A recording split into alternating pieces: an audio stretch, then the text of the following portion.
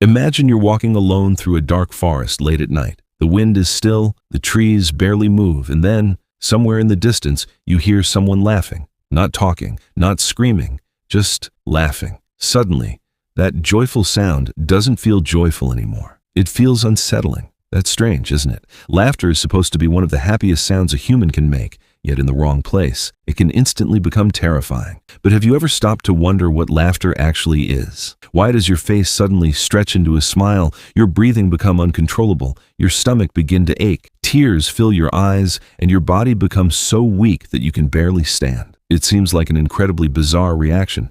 Even stranger, humans laugh almost every single day, yet almost nobody knows why. So where did laughter come from? Did we invent it? Did evolution design it? Or is laughter much older than humanity itself? To answer that question, we need to travel back millions of years, long before the first joke was ever told. When you laugh, an incredible chain reaction unfolds inside your body. Your brain sends signals that rapidly contract your abdominal muscles, forcing air out of your lungs in short bursts. Your breathing becomes irregular, your chest pressure rises, and the sounds we recognize as laughter emerge, whether it's a giggle, a chuckle, a snort, or an uncontrollable belly laugh. At the same time, your muscles temporarily lose strength, which explains why your legs sometimes feel weak after laughing too hard. Your eyes may even begin producing tears, despite the fact that nothing sad has happened. In other words, laughter is one of the strangest physical behaviors humans perform. Yet despite centuries of study, scientists still cannot point to the exact moment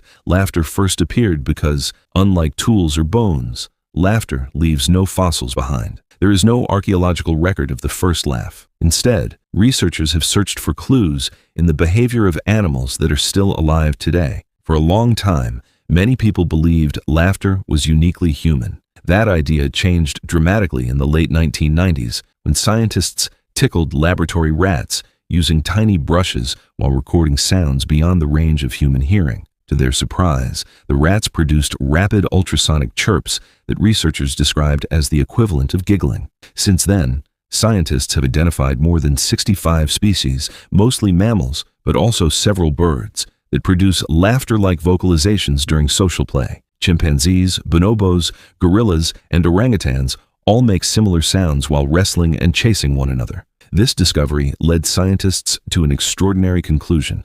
Laughter almost certainly existed millions of years before humans evolved. Our ancient ape ancestors were already laughing long before they developed language or built civilizations. But their laughter wasn't caused by jokes. It had a much more important purpose. Imagine two young chimpanzees wrestling in the forest. From a distance, it could easily look like a violent fight. Teeth are exposed, bodies collide, arms swing wildly. Without some kind of signal, one animal might mistake play for aggression, turning a harmless game into a dangerous conflict. Scientists believe laughter evolved as exactly that signal. It was nature's way of saying, "Relax, I'm playing, I'm not trying to hurt you." In other words, the first laugh wasn't about humor at all. It was a survival tool, a simple sound that prevented misunderstandings and helped social animals play safely together. As millions of years passed, our ancestors changed dramatically. Human brains became larger, language emerged, communities grew from small family groups into villages, towns, and eventually cities. Laughter began evolving alongside them. It was no longer limited to rough play. Suddenly, humans laughed when they were happy, surprised, embarrassed, nervous, relieved, or even frightened. It became one of the most flexible forms of communication our species had ever developed. Today,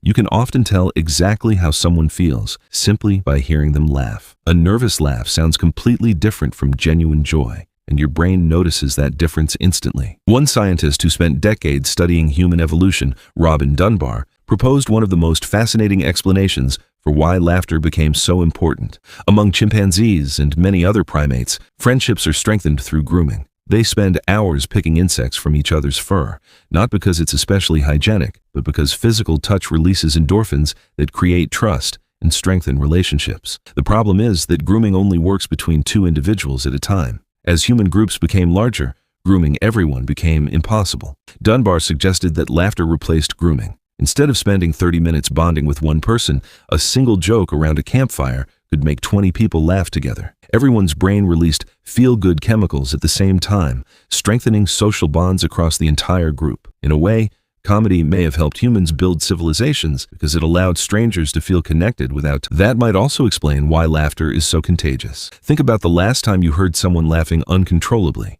Even if you didn't know the joke, chances are you smiled, or maybe even laughed yourself. Scientists believe this happens partly because of networks in the brain often associated with mirror neurons. These systems help us copy the emotions and actions of the people around us. When you hear genuine laughter, parts of your brain responsible for emotion and facial movement become active almost automatically. Before you consciously decide whether something is funny, your brain is already preparing to laugh. Experiments have shown that people laugh significantly longer while watching the exact same comedy if another person is sitting beside them.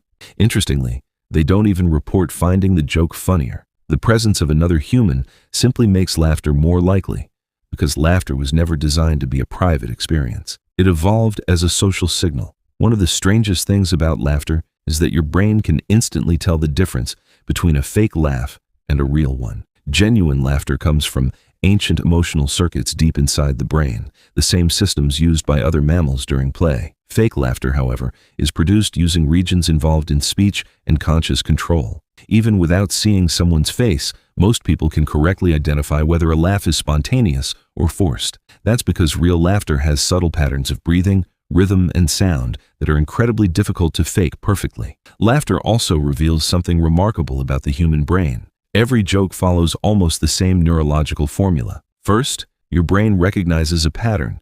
It predicts where a story is going. Then suddenly, something unexpected happens. The ending violates your expectation in a harmless way. Neuroscientists call this incongruity. For a brief moment, your brain experiences surprise. Then, almost instantly, it solves the contradiction. The reward centers of your brain release dopamine and endorphins, producing a feeling of pleasure. That emotional release becomes laughter. This is why hearing the same joke repeatedly becomes less funny. Your brain already knows the surprise, so the reward disappears. Not all laughter comes from happiness. Humans also laugh during funerals, after embarrassing mistakes, while giving speeches, or even during terrifying situations. Psychologists believe nervous laughter acts as an emotional pressure valve. When stress becomes overwhelming, laughter helps regulate those powerful emotions and communicates to others that we are uncomfortable rather than dangerous. In many awkward situations, laughter silently says something words cannot.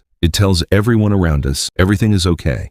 Let's not turn this into a conflict. Even babies reveal how ancient laughter really is. Long before they speak their first word, usually around 3 or 4 months of age, babies begin laughing. They haven't learned language. They don't understand jokes. Yet they already possess one of humanity's oldest forms of communication. That alone suggests laughter evolved long before speech ever existed. It was one of the original languages of our species. Perhaps the funniest fact of all is that the oldest recorded joke in history is over 4,000 years old, written by the ancient Sumerians in Mesopotamia. And believe it or not, it's a fart joke. Thousands of years have passed, civilizations have risen and fallen. Technology has transformed the world, and yet people still laugh at the exact same kind of humor. That tells us something fascinating.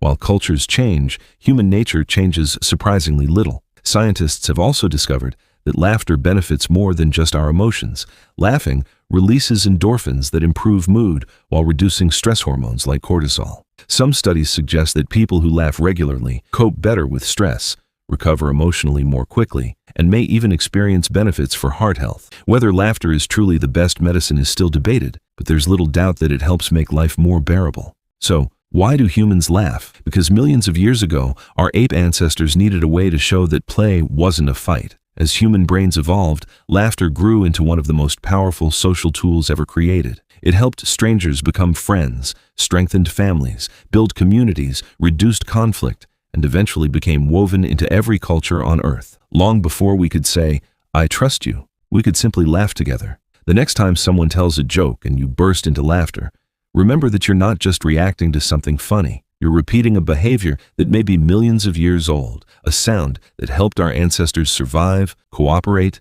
and ultimately become